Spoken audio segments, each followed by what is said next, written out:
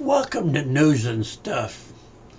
Today I'd like to maybe put a little bit of news out there that you don't hear normally from our media. Some of them do and some of them don't. But here's a little bit of news. I'm just going to hit the headlines on most of them, but I might read the whole thing when it comes to what interests me. Why teachers' unions want sex offenders in your child's classroom. This past week, the most prominent teachers' unions in America made it painfully obvious they are on the side of the sex offender, rapists, and murderers who has been convicted. Maybe we'll come back to that a little bit later. Stay classy. Political activist thumps congressman for KKK reference. A Tea Party activist says a Florida congressman may be in a class all by himself when it comes to the art of political smear. New Hampshire showing favoritism to increase abortions. ADF is taking issue with non-pharmacists in the New Hampshire distributing abortion-causing pills. You know, I have just recently seen a couple of videos where that is a real person on that moment of conception. We won't get into that, but they're just killers. Okay, marriage and abortion are economic issues. Clearly, it's impossible to separate marriage, children, and abortion from our overall economic pictures. These factors are the root of the economic picture. I'd like to read all of these all out if I have complete write-ups on them, but it would take too long. Something very interesting here, too. Public documents show NFL Ravens got paid to push Obamacare. A public interest group that investigates government corruption has obtained documents that show the Baltimore Ravens football team was paid federal tax dollars to promote Obamacare. You know, he'd go to any lengths to shove that thing that over 70-80% of the people don't want. The GOP sets to question Sabellas on health law. Washington, October 28, 2013. Republicans plan to seek answers from Health and Human Services Secretary Kathleen Sabellas. By the way, she's never been voted into office. She's never held an office thing. She's just been picked by political people. On the Obamacare administration's troubled start for its health care website Buy Insurance, and are raising concerns about the privacy of information that applicants submit under the new system. Now we can go a little bit overseas. Israel tunnel hit by Cybertruck, experts say. Honduras, Israel, October 28, 2013. When Israel's military chief delivered a high-profile speech this month outlining the greatest threats to his country might face in the future, he listed computer sabotage as the top concern, warning a sophisticated cyber attack could one day bring the nation to a standstill. Now back on this side, we'll go to New York. Police described gruesome stabbing of New York mom and kids. New York, October 28, 2013. When relatives of a Chinese immigrant mother of 4 young children banged on the family door, it opened to a grisly sight. A man dripping with human blood, who is now charged with stabbing the 5 to death with the butcher knife. And we have South Dakota ranchers now to survive cattle disaster. In Phillips, South Dakota, Jones Carley nearly finished buying the cattle he lost in nearly burying the cattle he lost in a freaky early fall blizzard that killed tens of thousands of cattle in the western South Dakota. Now he's figuring out how to dig himself out of the financial hole left after the quarter of his cows and maybe a third of his calves died in the storm. And then we get you've heard about this one on the news, I'm sure. The ride operator due in court over North Carolina fair injuries. I don't know how a miniman can do that. And you know, our Washington people, reminds me of a little joke that said the Washington Redskins are thinking about changing their name. It's going to take Washington out of the name, for it's mighty disgraceful. Well, brethren, let's go and see one thing that interested me here.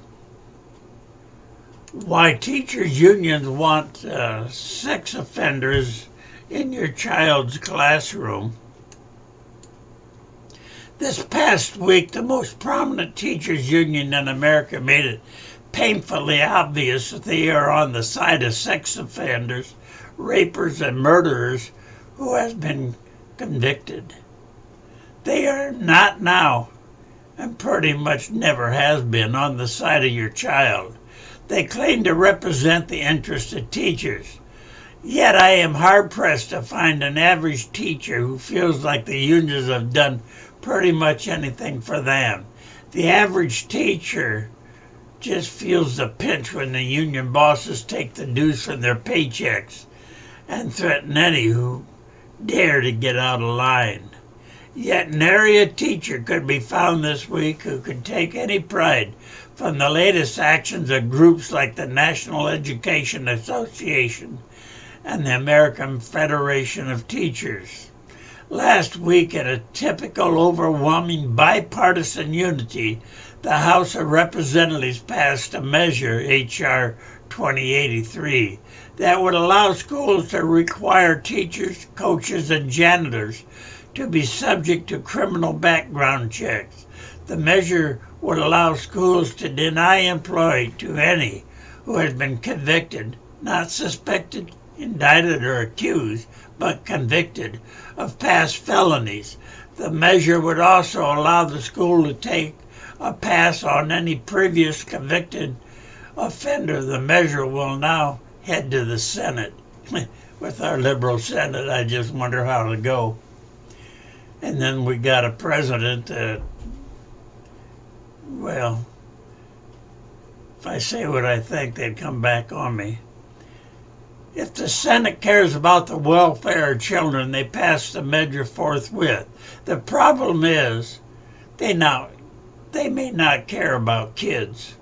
The Senate majority Democrat Party affiliation and Democrat candidates rely heavily on huge disproportionate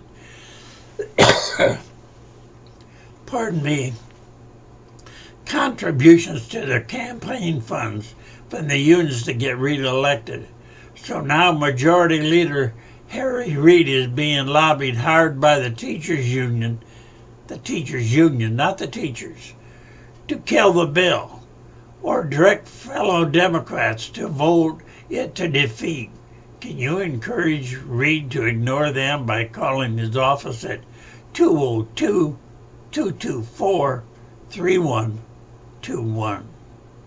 But why would the unions representing the teachers of America, who believe universally support the measures, scan any hidden criminals against their ranks, wish to pair up a child rapist with children. My hunch says they just don't believe anyone cares. This goes on and on. I could read more of that, but I would like to get to another thing of interest from me, and it comes from the American Family Association that I think is mighty interesting too. Dear friend, soldiers attending pre-deployment briefing at Fort Hood says they are told that the evangelical Christian and members of the Tea Party were a threat to the nation, and that any soldier donating to these groups would be subject to punishment under the Uniform Code of Military Justice. A soldier who attended the October 17 briefing told journalist Todd Starnes, a counterintelligence agency in charge of the meeting, spent nearly a half hour discussing how evangelical Christians and groups like the American Family Association were tearing the country apart. The soldier said he fears reprisal and asked not to be identified. He said there was a blanket statement that donating to any groups that were considered a threat to the military and government was punishable under the military regulations. Another soldier who attended the briefing alerted the Chaplain Alliance for Religious Liberty that individuals' recollections of the briefing matched the others in attendance. But this is not the first time an Army briefing has labeled evangelicals as extremists. An Army Reserve briefing classified dissatisfied, I was taking something off the screen here so I can finish reading. Evangelical Christianity and Catholicism as a religious extremes.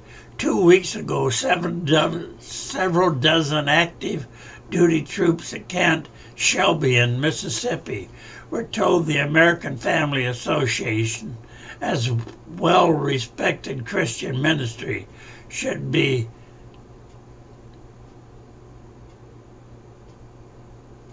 deassified. I don't know that word, as a domestic hate group because it advocates for traditional family values. Too many times military leaders are calling these isolated incidents. To the contrary, AFA is seeing a pattern of anti-Christian threats by military trainers. Take action. We have prepared a letter for you to send directly to Secretary of Defense Chuck Hagel, urging him to stop the Army's anti-Christian training rhetoric by loose canyon teachers. That man won't do anything about it. He's probably the one that was pushing the whole thing anyway. Well, brethren, with that, I see a little bit over my shoulder here that I need to readjust the camera a little bit, but I'm sure things got out. Well, this has been 13 minutes and 50 seconds worth of news that you don't hear. So news and stuff. We'll close for today. You all have a great and wonderful day. I know I will. Bye for now.